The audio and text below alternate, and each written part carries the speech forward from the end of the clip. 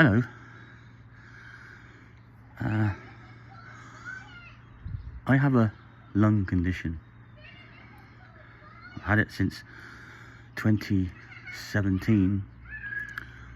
I used to be a volunteer ranger for the Isle of Portland, and one day I set off, as I normally did, and I walked up the top of my road where I live, and I found it difficult to breathe.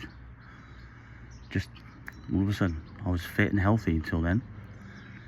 I kind of put it down to chest infection or something similar, so I kind of waited a little bit, and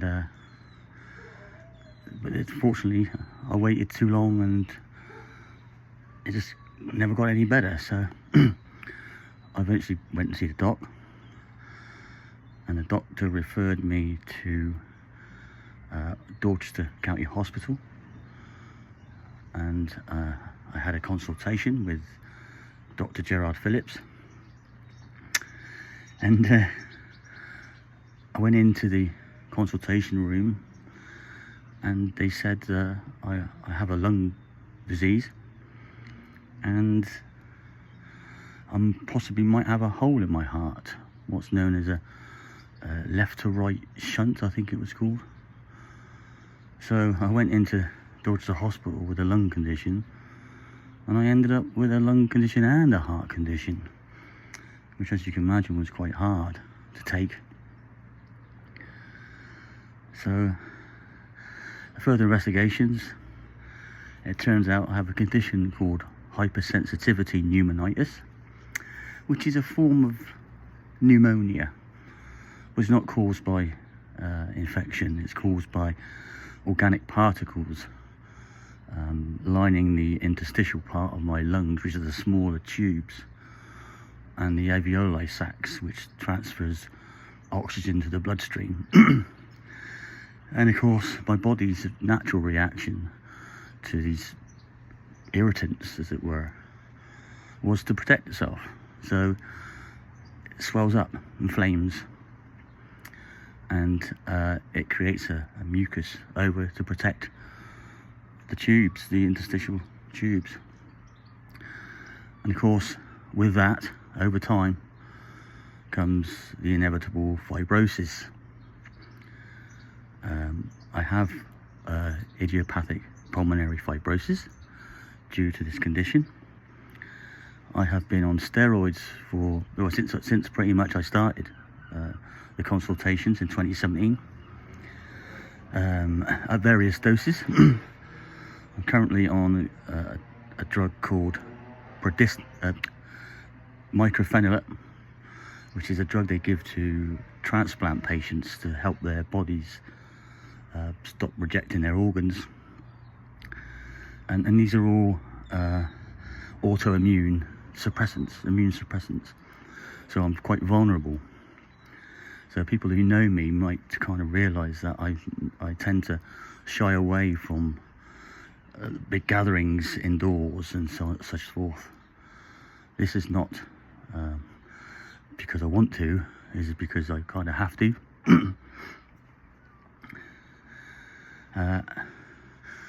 Roll on to this year, 2015, 2025.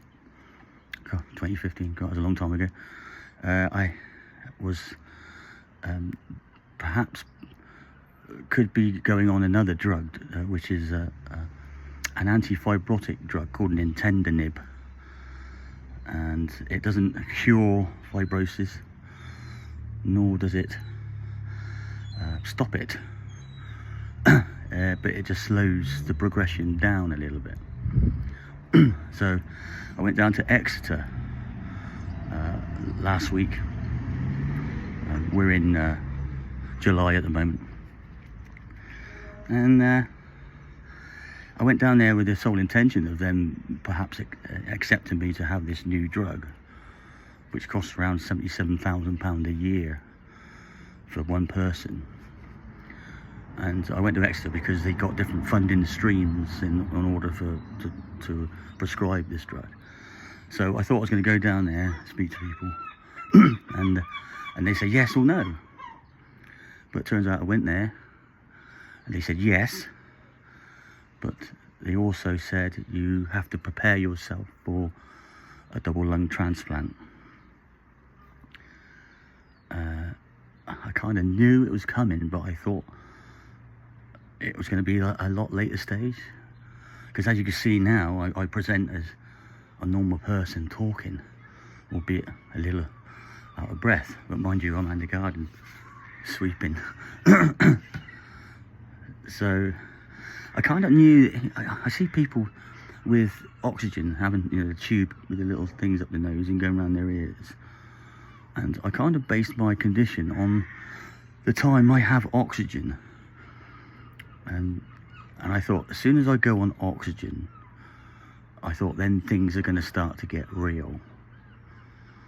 But unfortunately, I've kind of come up a little bit earlier than the oxygen stage, and things got real last Wednesday when they told me to prepare myself for lung transplant. Also in Exeter, I went to see the pharmacist. Absolutely brilliant down there, I've got to say. NHS in Exeter, fantastic people. It's like they dedicated the whole afternoon just for me. So I saw the pharmacist in her room and spoke to her for 20 minutes. I then went and saw a physiotherapist, is it? Something to do with mental health. Lovely lady.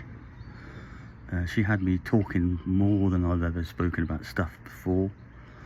She says you've got to be positive and this, that and the other, because it helps, you know, prepare for lung transplant. And then I saw another lady called Jess. She was an interstitial lung disease nurse, and she put me, gave me a load of information about support groups and stuff like that. Well, this psychotherapist lady, she said you've got to seek some help. She noticed that I had some issues just the way I sat and I spoke to her. She was watching my every move, the way I picked my fingers and looked down and stuff. And I admit I have some mental problems. I think we all do, in some form. But having to deal with this coming up is a kind of hard bit of, well, I knew I was expecting. I knew it was coming, but it's come too early. You know, I'm not kind of prepared mentally. So what I'm going to do is I'm going to try and document from now on my ongoing treatment and preparation and the transplant itself, in the hope that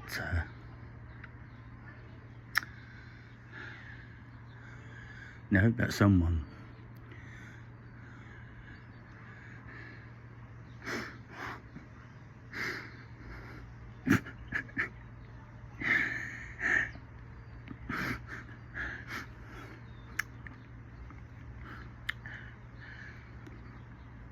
sorry, and I hope that someone could benefit from my experience.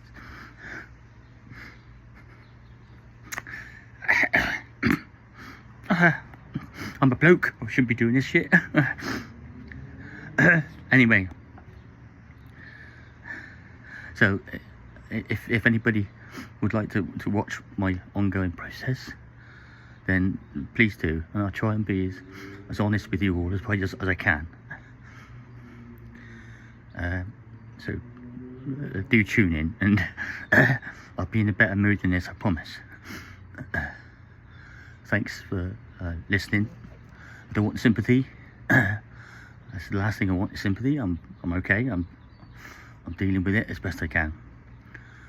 Thanks for your time, and I'll sign out for now, and I'll post something else a little bit later. Thank you.